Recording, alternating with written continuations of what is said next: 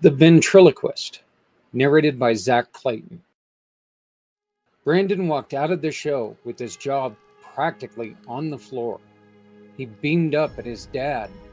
"That was the best ventriloquist I've ever seen." His dad agreed.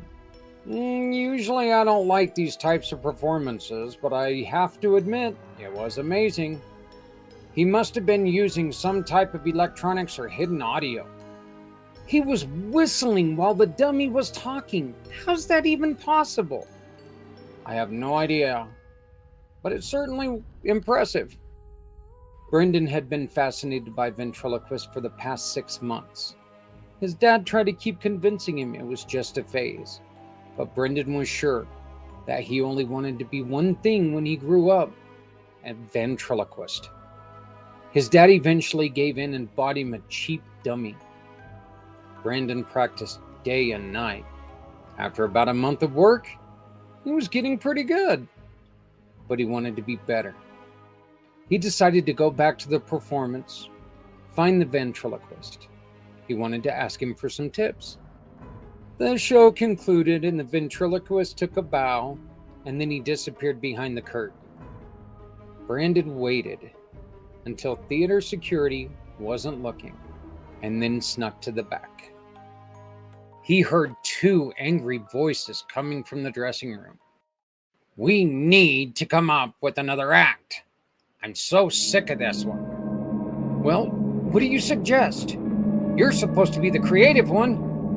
Brendan peeked through the crack of the door and saw the ventriloquist was talking to his dummy. He took a step back and stepped on a discarded can. "Who's there?" The ventriloquist burst through the door and glared down at Brandon. "What are you doing here, kid? Don't you know it's not right to spy on people?" I'm sorry, sir. I just heard voices back here." Brandon held up his dummy.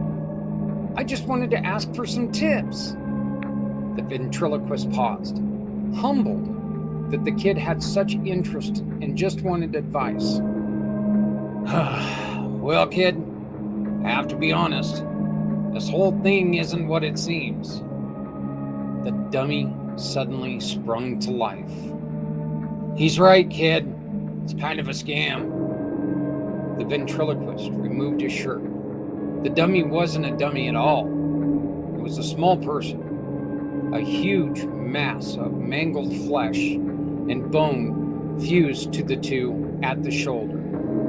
"I'm sorry to disappoint you. I'm no ventriloquist. And this isn't a dummy.